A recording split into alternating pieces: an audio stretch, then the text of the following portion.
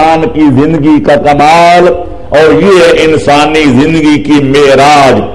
اسی مولا کے فرمان کو کسی ایرانی شاعر نے ایک ربائی کی شکل میں نظم کیا ہے، میرا دل چاہتا ہے وہ بھی آپ کو سنا دوں۔ شاعر کہتے ہیں کہ یادداری کے وقت آمد تو ہما خندہ بدن و تو گریاں آنچ و نازی کے وقت مردہ نے تو ہما گریاں ببند تو خندہ۔ اے حضرت انسان، ہر بندے کو اپنے گریبان میں جھانک کے دیکھنا چاہیے۔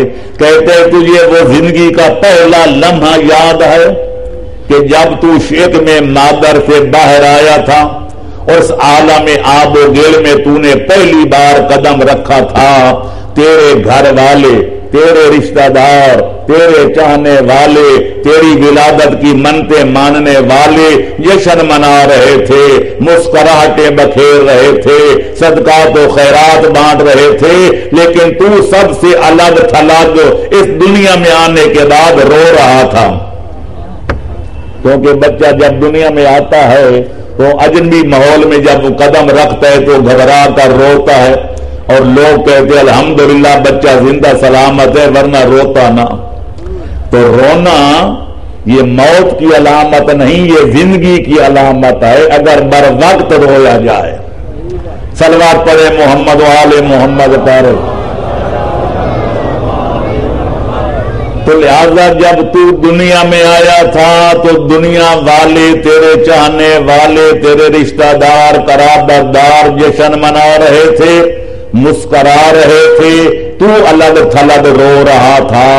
کہتا ہے کہ آنچ و نازیر، اب زندگی گزارنے کا مزہ تب ہے، لطف جب ہے کہ تو ایسی شریفانہ، مومنانہ، عادلانہ، کاسطانہ، مخلصانہ، مومنانہ زندگی گزار کے جا کہ جب تیری موت کا وقت آئے دنیا تیری جدائی پہ رو رہی ہو اور تو اپنی کامیابیوں پہ مسکرا رہا ہو۔ نعرہ تکبیر، یا علی، اللہم صلی علی محمد و آل محمد۔ تھوڑا سا نعروں میں تصادم ہو گیا۔ اللہ اکبر، یا رسول اللہ، یا علی، اللہم صلی علی محمد و آل محمد۔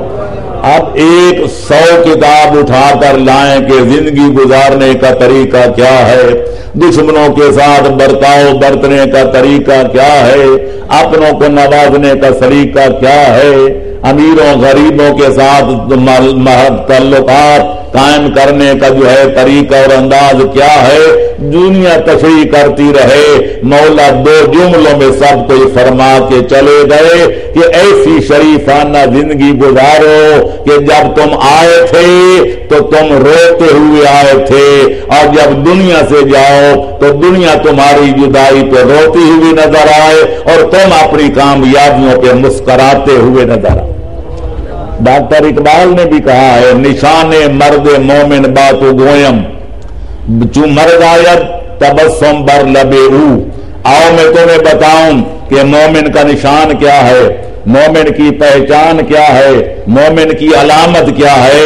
اقبال نے ایک ہی بات کہی ہے کہ جب مومن کے سامنے پے کے اجل آتا ہے تو وہ موت کو سامنے پر کھولے ہوئے دیکھ کر، ملک الموت کی جھلکی دیکھ کر مومن گھبراتا نہیں، دل ملاتا نہیں، کنی کتراتا نہیں، بلکہ مسکرا کر عروس موت کو گلے لگا لیتا ہے۔